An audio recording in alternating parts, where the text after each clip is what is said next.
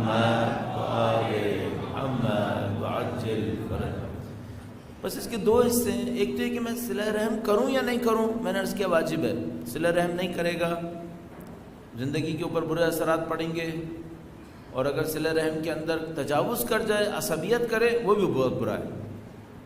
یہ جو کفر کا نظام ہے، اس نے جو انسانوں کی زندگی میں مشکلات ڈالی ہیں، اس میں سے ایک یہ ہے کہ انہوں نے رشتہ داریوں کے نظام کو دھرم برہم کر دیا، اس کو انہوں نے شکست طریق سے دوچار کر دیا، نہ صرف رشتہ داریوں کو بلکہ خاندان کو توڑ دیا۔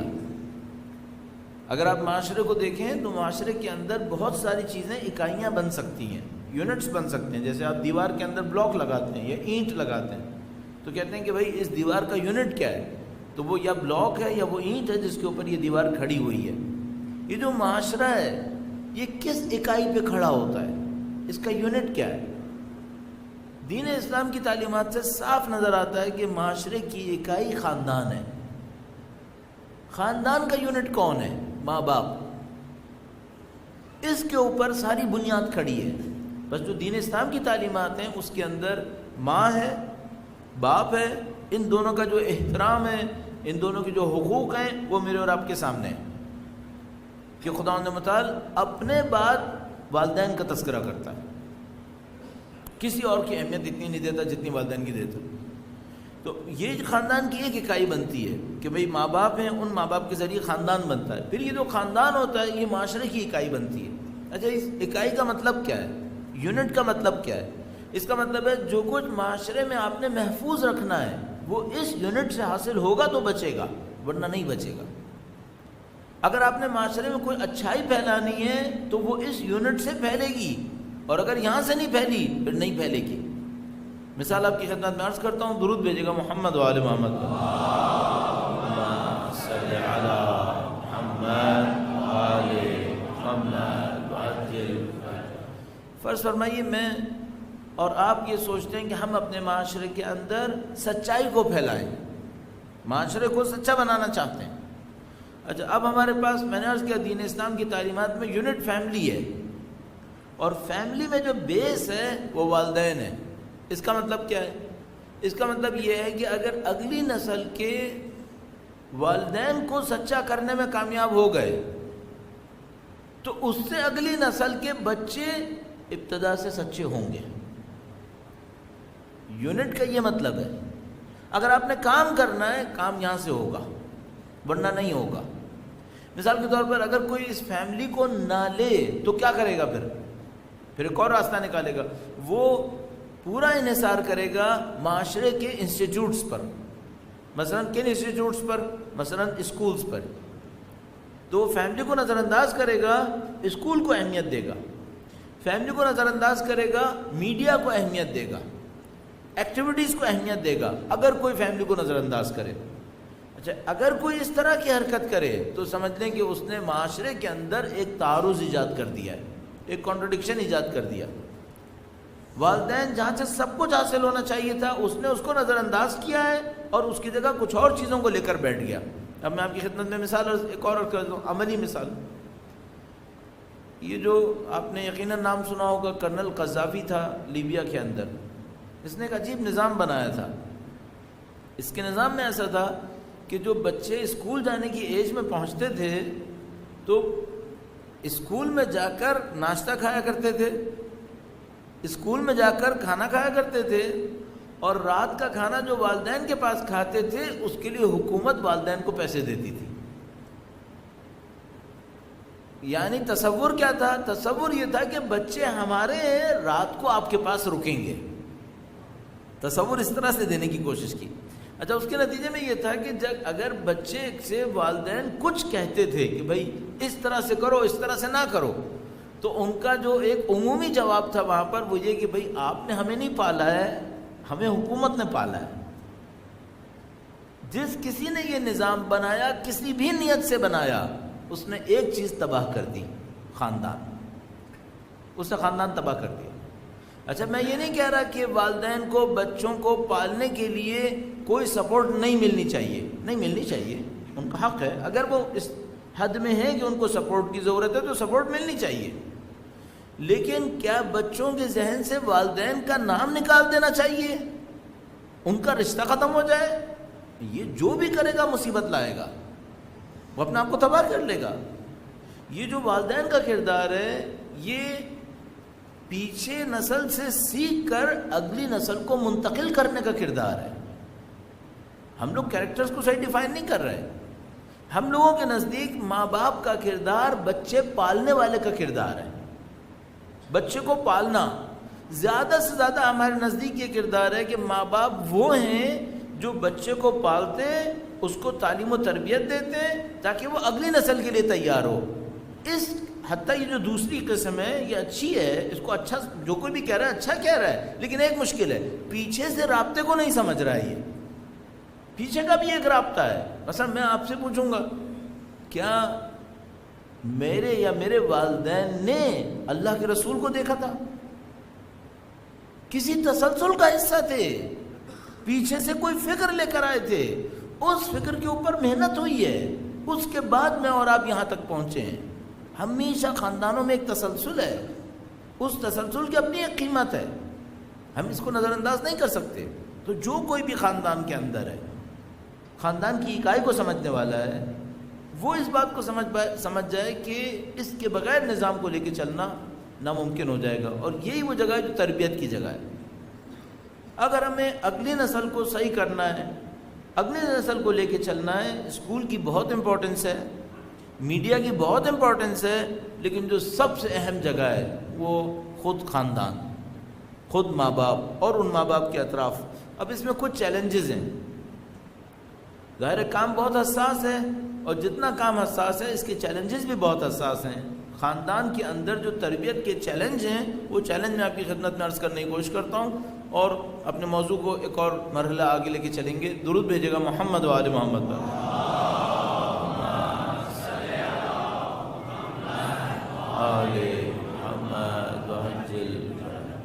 جو بہت بڑا ایک چیلنج آتا ہے وہ یہ کہ بچہ اپنے والدین سے یا اپنے خاندان سے صرف کہی ہوئی باتیں نہیں سیکھتا، شاید نہ کہی ہوئی باتیں کہی ہوئی سے زیادہ سیکھتا ہے۔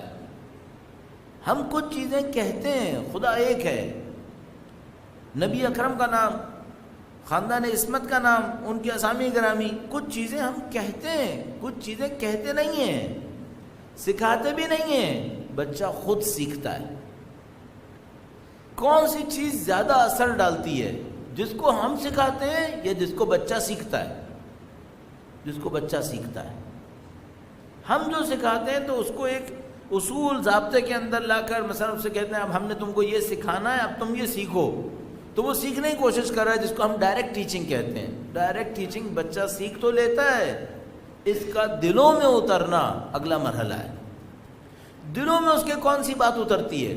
زیادہ تر وہ جو انڈائریکٹ ہوتی ہیں، جو بالواسطہ ہوتی ہیں، وہ اس کے دل میں زیادہ تیزی سے اترتی ہیں، اور وہ معمولاً کہی ہوئی چیزیں نہیں ہوتی، وہ چیزیں ہوتی ہیں جن کو بچے نے خود آبزرو کر لیا ہوتا ہے، اس کو سمجھ لیا ہوتا ہے۔ اب اس کا مطلب کیا ہے؟ اس کا مطلب یہ ہے کہ اگر بچہ ایک ایسے خاندان میں رہ رہا ہے جہاں خدا نہ کرے نعوذ باللہ تعالی ماں باپ کے حالات اچھے نہیں ہیں، کیا یہ ممکن ہے کہ ہم اس بچے کو ویسا ہی دیکھ پائیں، ایگزیکٹلی ویسا ہی ہو جن کے حالات اچھے؟ اس بچے کی نفسیات پہ اثر پڑے گا یا نہیں پڑے گا؟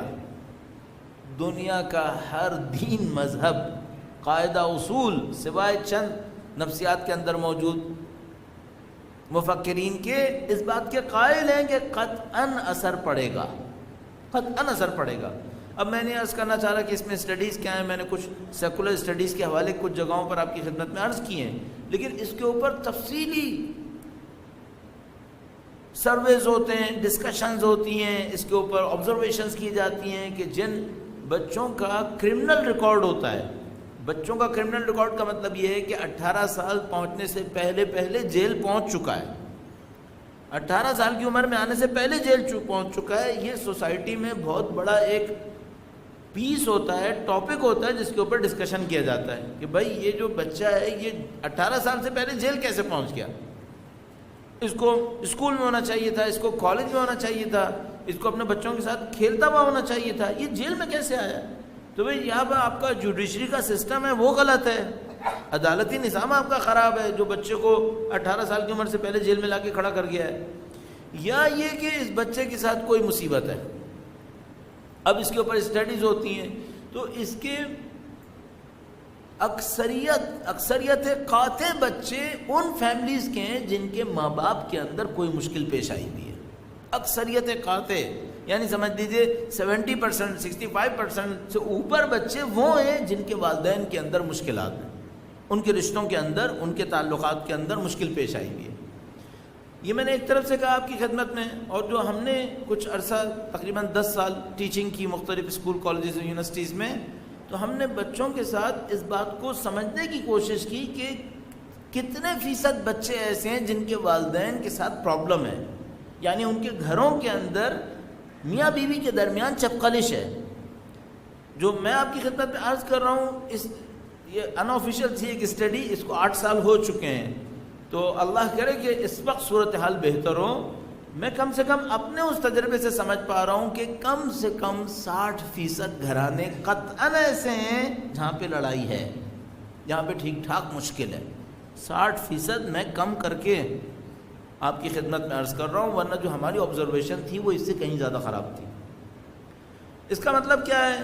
اس کا مطلب یہ ہے کہ آبادی کی آدھے سے زیادہ بچوں کی آبادی نفسیاتی طور پر پوٹینشلی بیمار ہے، نفسیاتی طور پر پوٹینشلی بیمار ہے، یعنی اس کو بیمار ہو جانا چاہیے، اللہ بچا لے ایک علیحدہ معاملہ ہے۔ اس کو کوئی اچھا ٹیچر مل جائے جو اس کو بچا لے، اسے کوئی اچھا ماحول مل جائے، کوئی مسجد اچھی مل جائے، کوئی ایکٹیویٹی اچھی مل جائے تو وہ بچ جائے، ورنہ 50% سے زیادہ کم از کم امکان یہ ہے کہ ہمارے بچوں میں نفسیاتی دشواری ہوگی۔ کیوں دشواری ہوگی؟ کیونکہ خاندان صحیح نہیں ہے۔ اچھا، اب یہ جو خاندان ہے، کیا فرق پڑے گا کہ قرآن پڑھ رہے ہیں یا نہیں پڑھ رہے؟ نہیں۔ اگر یہ اپنے اندر لڑ رہے ہیں، جھگڑ رہے ہیں، تو قرآن بھی پڑھیں ہیں، بچے پہ اچھا اثر نہیں پڑے گا۔ بلکہ میں ایک اعتبار سے عرض کر دوں، اگر خدا نہ کرے ایسا ہوا کہ مثلاً باپ بہت دیندار ہے اور گھر بہت خراب چل رہا ہے لڑائی کے اعتبار سے، تو شاید نعوذ باللہ بچہ دین سے ہی نفرت کر بیٹھے گا، یہ بھی ہو سکتا ہے۔ کیوں؟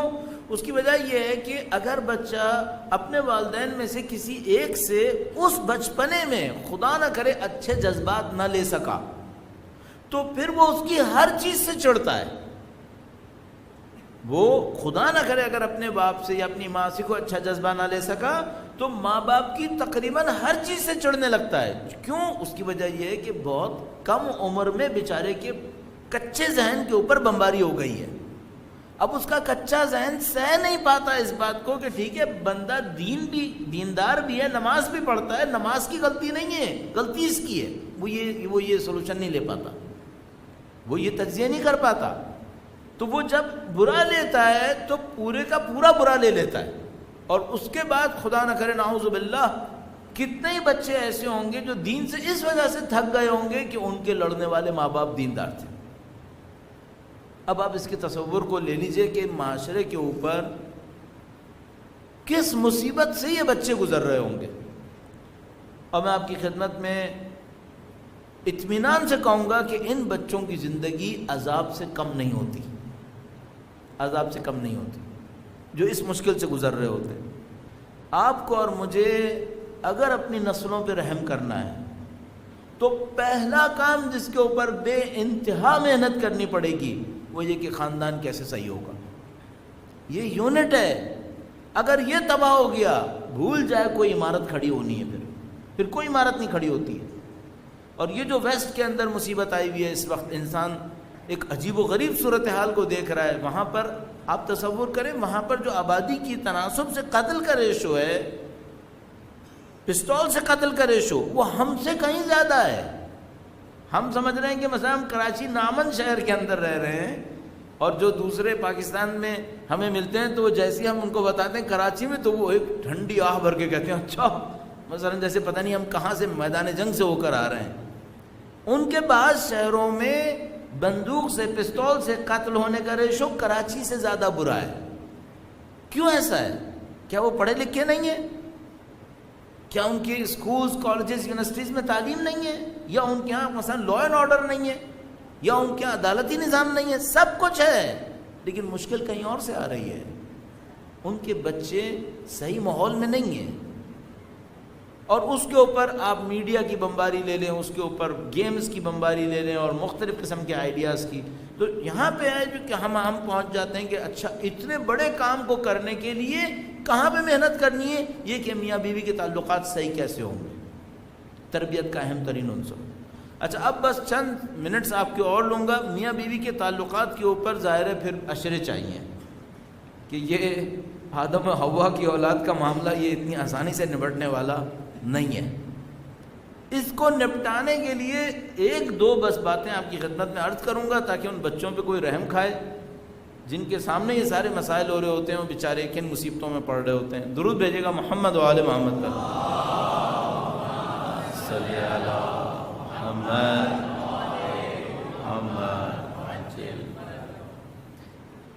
ظاہر ہے کہ یہ ایک پیچیدہ معاملہ ہے. وہ یہ کہ اگر میاں بیوی کی نہیں بن پا رہی ہے تو اس کو ہم چند منٹس کے اندر سوچیں کوئی بات کہیں گے کہ بن جائے گی، اتنا آسان نہیں ہوگا. لیکن اصول کیا ہو سکتا ہے، کہاں سے لڑائی کی جڑ بن سکتی ہے، اس کے اوپر بات کر لیتے ہیں. ہمارے خیال میں جو لڑائی کی سب سے بڑی جڑ بنتی ہے وہ دو چیزوں کے اندر ہے. اگر اس کو سنبھال لیں تو کئی چیزیں سنبھلتی ہیں. پہلی چیز، توقعات کم کر لیں، ایکسپیکٹیشنز کم کر لیں. یہ دو انسان ہیں، اور یہ دو انسان جب ایک دوسرے کے ساتھ رہتے ہیں تو ان کی کچھ توقعات ہوتی ہیں. مثلا شوہر کو اپنی بیوی میں کچھ توقعات ہیں اور بیوی کو شوہر سے کچھ توقعات ہیں جو نفسیاتی ہوتی ہیں کہ بہت طبیعی سی بات ہے کہ وہ اپنا گھر چھوڑ کر آئے اور یہ بھی اپنی زندگی اس کے لیے وقف کرے. تو ان دونوں کو ایک دوسرے سے کچھ توقعات ہوتی ہیں. اگر یہ توقعات ایک توازن میں رہیں، بیلنس میں رہیں اور پوری ہوتی رہیں کسی حد تک، تو زندگی جنت ہے، بڑی اچھی زندگی. لیکن خدا نہ کرے اگر ایک سائڈ کی توقعات بڑھ جائیں اور یہ پوری نہ کر سکے، اب کیا ہونے والا ہے؟ اب یہ ہے کہ پھر جھگڑا شروع ہونے والا ہے. ایک سائڈ نے توقعات بڑھائیں اور دوسری سائڈ ان توقعات کو پوری نہیں کر سکی. وہ توقعات کیا تھیں؟ بہت ہی چھوٹے لیول پہ چلے جائیں تو پیسے کی توقعات آ جائیں، دوسرے لیول پہ چلے جائیں تو نفسیاتی کچھ توقعات آ جائیں. وہ کیا کہ میرے اوپر اٹینشنز اتنی نہیں ہیں، توجہ اتنی نہیں ہے. چھوٹی چھوٹی چیزیں ہو سکتی ہیں اور معذرت کے ساتھ شاید یہاں پہ کہنے کی نہیں ہے، لیکن چونکہ اس کا تربیت میں ایک کردار ہے اور مجھے اس کو کہیں نہ کہیں عرض کرنا، ورنہ تربیت کیسے ہوگی بچوں کی. تو مثال کے طور پر کبھی اتنی توقع کہ اس نے کبھی رشتے کا اظہار نہیں کیا، یہ نہیں کہا کہ مجھے پسند کرتا ہے یا نہیں کرتا، یہ بھی مشکل بن جائے گی. ہے توقع، ایک پارٹی کے اندر توقع ہے کہ دوسرا منہ سے کہے. اچھا وہ جو دوسرا ہے وہ پتھر کا ہے، اس کو کہنا آتا ہی نہیں ہے. اب وہ لاکھ بتاتا ہے کہ بھائی میں لکڑی کا ہوں، میں یہ نہیں کہہ سکتا ہوں، لیکن اس کی توقع ختم نہیں ہوتی. اچھا اب توقع ہے، وہ توقع پوری نہیں ہو رہی، تو اس کا مطلب یہ ہے کہ فرسٹریشن بنے گی، الجھن بنے گی، چڑچڑاپن آئے گا. اب جب ادھر سے چڑچڑاپن آئے گا اور یہ جو بندہ خدا نہیں کہہ رہا ہے یہ نہیں سمجھے گا کہ میرے نہ کہنے سے یہ ہو رہا ہے، اب معاملہ خراب ہونا شروع ہو جائے گا. بعض اوقات چھوٹی چھوٹی باتوں سے. تو پہلا اصول کیا ہے؟ توقعات کو کم کر لیا جائے. اچھا توقعات کو کم کیسے کیا جاتا ہے؟ آخر تک جائیں نا، پھر بیچ میں روک دیں گے، فائدہ کیا ہوگا؟ توقعات کیسے کم کی جاتی ہیں؟ اپنے آپ کو اس کی پوزیشن میں بٹھاؤ اور پوچھو کہ میں ہوتا تو پورا کر لیتا. ذرا سا پوزیشنز چینج کر لیا، اپنے آپ کو اس کی پوزیشن میں لاؤ اور خود کو اس کی پوزیشن میں، اور اس کے بعد سوچو کہ یہ توقع مجھے پوری کرنی تھی یا نہیں کرنی تھی، اور یہ توقع اس کے لیے اگر اتنی اہم ہے تو مجھے پوری کرنی چاہیے یا نہیں کرنی چاہیے. ہر ایک کی اپنی ایک ڈیمانڈ ہوتی ہے، کسی کی کچھ ڈیمانڈ ہے، کسی کی کچھ اور ڈیمانڈ ہے. میں یہ نہیں کہہ سکتا کہ میرے نزدیک اس بات کی کوئی اہمیت نہیں ہے، اس کے نزدیک اس بات کی اہمیت ہے. جتنا میرے نزدیک کسی اور کی اہمیت ہے، اس کے نزدیک اس کی اہمیت ہے. تو ہم اگر اپنی توقعات کو تھوڑا سا نیچے لے آئے، ایک دوسرے کی پوزیشن کو چینج کر کے، تو پھر معاملات کو سنبھالنا نسبتاً آسان ہے. پہلی بات، توقعات کو کم کر لیں. دوسری بات یہ کہ ہم ایک دوسرے کو دو انسان سمجھیں جو انڈیپینڈنٹ ہیں، آزاد ہیں. میں ایک آزاد انسان ہوں اور وہ بھی ایک آزاد انسان ہے. جتنی میری خواہش پر عمل ہونا چاہیے اتنا ہی اس کی خواہش پہ بھی عمل ہونا چاہیے. یہ مساوات اگر ہم نے نہیں سیکھی اور ایک کے ذہن میں کسی بھی وجہ سے یہ خواب ہے کہ میری زیادہ چلنی چاہیے، بس پھر سمجھ لیں کہ معاملہ خراب ہو گیا. اب اگر مرد کی طرف سے خواہش ہے کہ میری زیادہ چلنی چاہیے تو ایک اور جھگڑے کی کیفیت، اور اگر اس طرف سے خواہش ہے کہ میری زیادہ چلنی چاہیے تو پھر تو معاملہ پاکستانی معاشرے میں ایک اور کیفیت ہے، اس کے اپنے مسائل ہیں.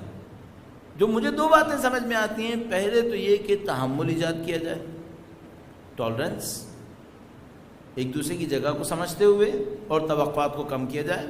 اور دوسری بات یہ کہ ہمیں یہ ریئلائز کرنا پڑے گا کہ یہاں دو مستقل انسان ہیں جن کی اپنی اپنی حیثیت ہے. کوئی ایک یہ کوشش نہ کرے کہ سامنے والا بس وہی کرے جو میں چاہوں، یہ نہیں ہو سکتا. یہاں پہ اعتدال کرنا ہوگا. یہاں پہ آخری اس معاملے میں عرض کروں گا، کچھ نہ کچھ لین دین ضروری ہے. لین دین کا مطلب کیا ہے؟ کچھ میں چھوڑوں اور کچھ سامنے والا چھوڑے. اس لین دین کا ہونا ضروری ہے. ان چیزوں پہ کمپرومائز ہونا ضروری ہے. مثال کے طور پر کچھ چیزوں کو میں چھوڑوں جو میں سوچوں کہ یہ میری زندگی میں اہم ہے، لیکن اس نے بھی ایک اہم چیز چھوڑی ہے، میں بھی چھوڑ دیتا ہوں. اگر اس اصول پر چلیں نبھانا مشکل نہیں ہے. لیکن اگر یہ نہیں ہے، تحمل نہیں ہے، انڈرسٹینڈنگ نہیں ہے ایک دوسرے کے لیے، ایک دوسرے کو اور پھر سب سے بڑھ کر اس میں کیا، احترام دینا. ہم لوگ یہ سمجھ رہے ہوتے ہیں احترام گھر کے باہر کے لیے ہوتا ہے. بھائی بھائی کو احترام نہیں دیتا، بھائی دوستوں کو دے دیتا ہے. بیٹا دوست کو دے دیتا ہے، باپ کو نہیں دیتا. تو شوہر اپنے دوست کو دے دیتا ہے، بلکہ اپنے دوست کی بیوی کو بھی دے دیتا ہے، اپنی بیوی کو نہیں دیتا. اور بیوی اسی طریقے سے. احترام دینا ہوگا. آپ کو کہیں نہ کہیں رسپیکٹ کے قائل ہونا ہوگا. دوستی علیحدہ معاملہ، بے تکلفی علیحدہ معاملہ، لیکن احترام محفوظ. احترام ہونا چاہیے. مثال کے طور پر بدترین بے احترامی کیا ہو سکتی ہے؟ اگر دوسروں کے سامنے کسی کے سر پہ چلایا جا رہا ہے، اس کا مطلب یہ کہ آپ دوسروں کے سامنے بے عزتی کر رہے ہیں. اس کا مطلب یہ کہ اب معاملہ بہت خراب ہونے والا ہے. ایک اور آخری اس میں اصول عرض کروں، میں بھی اس معاملے سے فوراً نکلنا چاہ رہا ہوں، اس میں زیادہ نہیں پڑھوں گا. وہ یہ ہے کہ کیا ایک پارٹی کا خاموش رہنا اس بات پہ دلیل ہے کہ تعلقات اچھے ہیں؟ نہیں. اگر کوئی ایک خاموش ہے تو کیا اس بات پہ دلیل ہے کہ تعلقات اچھے ہیں؟ ہرگز نہیں. کیوں؟ کب تک خاموش رہے؟ کبھی نہ کبھی مشکل آ سکتی ہے. اب میں نے عرض کیا، میں سرویز وغیرہ کو بہت زیادہ ریفر نہیں کرنا چاہ رہا ہوں، لیکن یہاں پہ حقائق موجود ہیں. ایک سائیکالوجسٹ اپنی اس کام کی مہارت کے اندر وہ اتنی مہارت رکھتا تھا کہ کسی بھی دو افراد کو، میاں بیوی کو ساتھ بٹھاتا تھا، ان سے کہتا تھا کہ آپ میرے سامنے 15 منٹ کے لیے کوئی گفتگو کریں، کوئی بھی گفتگو. اور 15 منٹ کی گفتگو کے بعد 85% ایکوریسی کے ساتھ، 85% ایکوریسی کے ساتھ وہ بتا دیتا تھا کہ 5 سال کے اندر طلاق ہوگی یا نہیں ہوگی. 15 منٹ کی گفتگو میں 85% ایکوریسی کے ساتھ 85% ایکوریٹ اس کا آنسر ہوتا تھا، بتا دیتا تھا کہ 5 سال کے اندر طلاق ہوگی یا طلاق نہیں ہوگی. اچھا یہ کیسے ہو سکتا ہے؟ بہت سادہ سی بات ہے. 10-15 منٹ کی گفتگو میں قطعاً یہ سمجھ میں آ جائے گا کہ سامنے والا دوسرے کی خاطر کتنا کمپرومائز کر پا رہا ہے، یہ دوسرے کے حق پہ کتنا تجاوز کر سکتا ہے، اس نے دوسرے کی بات کو کتنا گراؤنڈ دینا ہے.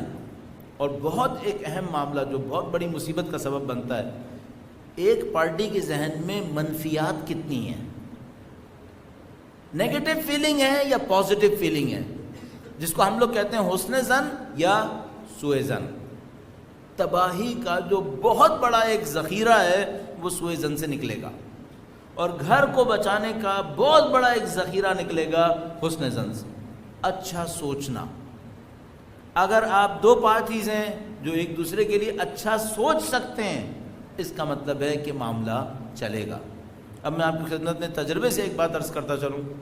اگر کبھی میرے سامنے ایسے کیسز آتے ہیں اور آتے رہتے ہیں, البتہ میں اپنی مشغولیت کی وجہ سے بعض اب بہت کم دیکھ پاتا ہوں, پہلے زیادہ دیکھتا تھا, تو جو میں علیحدہ سٹنگ کرتا ہوں اس میں سب سے پہلے یہ جاننے کی کوشش کرتا ہوں کہ یہ جتنا بھی دوسرے کو برا بھلا کہہ رہے ہیں, ان کے دل میں محبت باقی ہے یا ختم ہو گئی ہے.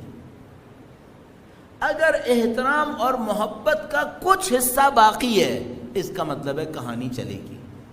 اس کو سنبھال سکتے ہیں, اس کو سنبھالا جا سکتا ہے. لیکن اگر آپ نے گفتگو کی اور آپ کو پتا چلا کہ اب نفرتوں کے سوا کچھ نہیں ہے, 10% بھی محبت نہیں رہی, اس کا مطلب یہ ہے کہ اب سرنڈر کرنے کا ٹائم آ چکا ہے. تو ہم کوشش یہ کر رہے ہوتے ہیں کہ اس سے پہلے کے دلوں سے محبتیں بالکل ہی وائپ آؤٹ ہو جائیں, ختم ہو جائیں. 10-15% بھی ہو تو وہیں پہ معاملے کو سنبھال لیا جائے. معاملے کو سنبھالا کیسے جائے؟ جو میں نے آپ کی خدمت میں عرض کیا, برے خیالات کو چھوڑ دیں, برے خیالات کو ذہن سے نکالیں. اگر آپ کے ذہن میں آ رہا ہے نا اس نے یہ کام اس لیے کیا ہوگا, آپ سمجھ جائیں یہ شیطان ہے جو پیچھے سے بول رہا ہے. اور اگر کوئی بندہ آپ سے کہہ رہا ہے تو سمجھ جائیے کہ یہ کچھ گڑبڑ ہو سکتی ہے. مخلص بھی ہو سکتا ہے لیکن گڑبڑ کافی زیادہ ہو سکتی ہے. اگر بیٹھے بیٹھے ذہن میں آ رہا ہے تو پھر تو میں گارنٹی سے کہہ رہا ہوں یہ شیطان ہوگا. اگر آپ بیٹھے بیٹھے آپ کے ذہن میں آ رہا ہے اس نے جو یہ کیا ہوگا اس کا مقصد یہ ہوگا, تو پھر آپ بہت ہوشیار ہو جائیے گا کہ آپ کے اوپر شیطان ٹھیک ٹھاک حملہ کر رہا ہے. ایک نسخہ جو بہت زیادہ استعمال کیا جاتا ہے مختلف مسائل کے اوپر, کیا دونوں پارٹیز ہمیشہ ایک دوسرے کی پسند کے مطابق کریں گے؟ نہیں. دو انڈیپینڈنٹ ہیں, اس کی اپنی پسند ہے, اس کی اپنی پسند ہے, اس کی اپنی ناپسند ہے, اس کی اپنی ناپسند ہے. اچھا اس نے کچھ کیا جو اس کو پسند نہیں ہے, اب یہ کیا کرے؟ تو میں مشورے کے طور پہ کہتا تھا کہ جب کوئی ایسی بات کرے سامنے والا جو تمہیں بالکل پسند نہیں ہے, تو اکیلے میں ہنس لیا کرو, اکیلے میں ہنس لیا کرو. تو اس نے پوچھا کہ کہیں ایسا تو نہیں ہوگا کہ میں اکیلے میں ہنستے ہنستے پاگل ہی ہو جاؤں, کیونکہ پاگل لوگ ہوتے ہیں جو معمولاً اکیلے میں ہنسا کرتے ہیں. تو میرا مشورہ یہ ہوتا تھا کہ نہیں, اکیلے میں تھوڑا سا ہنس لو اپنے اوپر کہ مجھے باتوں کا پریشر نہیں لینا ہے, دماغ کو ٹھنڈا رکھنا ہے, دماغ کو ٹھنڈا رکھنا ہے. ایک مثال بہت سادہ سی دیتے ہیں, میں سوچتا ہوں بار بار ختم کروں اور وہ بات سے نکل نہیں پا رہا ہوں میں. سادہ سی ایک مثال دیتے ہیں, وہ یہ کہ بھائی آپ نے ایک گلاس پانی ہاتھ میں پکڑا ہوا ہے, یہ کام مشکل ہے یا آسان ہے؟ تو جو صحیح جواب ہے اس کا, چونکہ میں ابھی نہیں کر پاؤں گا, دیر لگ جائے گی, اس کا جو صحیح جواب ہے وہ یہ کہ پہلے یہ بتاؤ کتنی دیر پکڑنا ہے. اگر ایک منٹ کے لیے پکڑنا ہے گلاس کو, مشکل تو ہوگا, 1 منٹ کو یوں لے کے پکڑا رہوں گا اتنا مسئلہ نہیں ہوگا. لیکن اگر 15 منٹ پکڑنا ہے کافی مشکل ہو جائے گا. اور اگر 15 سیکنڈ پکڑنا ہے کوئی مسئلہ نہیں, پکڑا جا سکتا ہے. ٹینشن بھی ایسے ہی ہے. اگر ٹینشن 10-15 سیکنڈ کے لیے آئے ڈیمیجنگ نہیں ہے, دماغ خراب نہیں کرے گا. لیکن اگر ٹینشن کنٹینیوس آ رہا ہے, مسلسل آئے جا رہا ہے, اب دماغ خراب ہوگا. اس ٹینشن کے اسپیل کو ایک آ رہا ہے 10 بجے آیا ہے, چلے جا رہا ہے, ختم ہی نہیں ہو کے دے رہا ہے, اس کو توڑنے کا طریقہ کار کیا ہے؟ جا کے اکیلے میں تھوڑا سا ہنس لو, اپنے ٹینشن کو ریلیز کرو, تاکہ وہ جو کنٹینیوس دماغ کے اوپر بوجھ چل رہا ہے یہ کنٹینیوس بوجھ نہیں ہونا چاہیے. تو جتنے بھی دوست احباب ہمارے بیچارے مظلوم اس مصیبت میں پھنسے ہوئے ہیں, ان سب کی خدمت میں عرض کروں گا وہ یہ کہ آپ کا کنٹینیوس ٹینشن میں ہونا آپ کے دماغ کے لیے زہر کی طرح ہے. یہ کسی زہر سے کم نہیں ہے. مستقل پریشر نہ اپنے دماغ پہ ڈالیں نہ کسی اور کے دماغ پہ ڈالیے گا, اس کا بھی دماغ خراب ہوگا, الٹیمیٹلی آپ کا بھی ہوگا. اس کا بہترین راستہ کیا ہے؟ ٹینشن کو ریلیز کریں, ٹینشن کو دماغ سے نکالیں اور تھوڑا سا پرسکون ہو جائیں. اچھا جو لوگ کاروبار وغیرہ کے معاملے میں پھنس جاتے ہیں وہ بیچارے کیا کریں؟ مثال کے طور پر کوئی اس کا بزنس ہے جو فلاپ ہوئے جا رہا ہے اور ہر روز بری خبر آئے جا رہی ہے، اب کیا کرے؟ یہ بھی یہی کرے، بری خبر آنے دے لیکن ٹینشن کو ریلیز بھی کرے، ورنہ یہ اچھا کسی کے دماغ پہ اگر ٹینشن چڑھ جاتا ہے تو کیا فیصلے صحیح کرتا ہے؟ سب سے تباہ کن غلط فیصلے وہ کرتا ہے جس کے دماغ پہ ٹینشن ہے، اس کے فیصلے بالکل خراب ہیں۔ یہ بالکل اس کمپیوٹر کی طرح ہوتا ہے جس کا اندر کا ٹیمپریچر 60 ڈگری سے اوپر ہوا ہوا ہے، سارے پرزے غلط کام کریں گے، کوئی کام صحیح نہیں ہو کے دے گا۔ آپ کو اپنا ٹیمپریچر کم کرنا ہے، اپنے دماغ کو تھوڑا سا ٹھنڈا کرنا ہے۔ ہمارے پاس روایات موجود ہیں، ٹھنڈا کیسے کریں، روایات موجود ہیں۔ لکھا ہے کہ بھائی اگر ٹینشن زیادہ ہے، مثال کے طور پر پانی پیو، پانی پیو، پانی پینے سے تمہاری ٹینشن میں کمی آئے گی۔ مثال کے طور پر ہمارے پاس لکھا ہے کہ اگر بہت سخت مشکل میں ہے، پریشانی کے اندر مبتلا ہے، دیکھتا ہے غصے سے برسٹ ہونے والا ہے، تو فرمایا زمین کو ہاتھ لگائے، زمین کو ہاتھ لگائے۔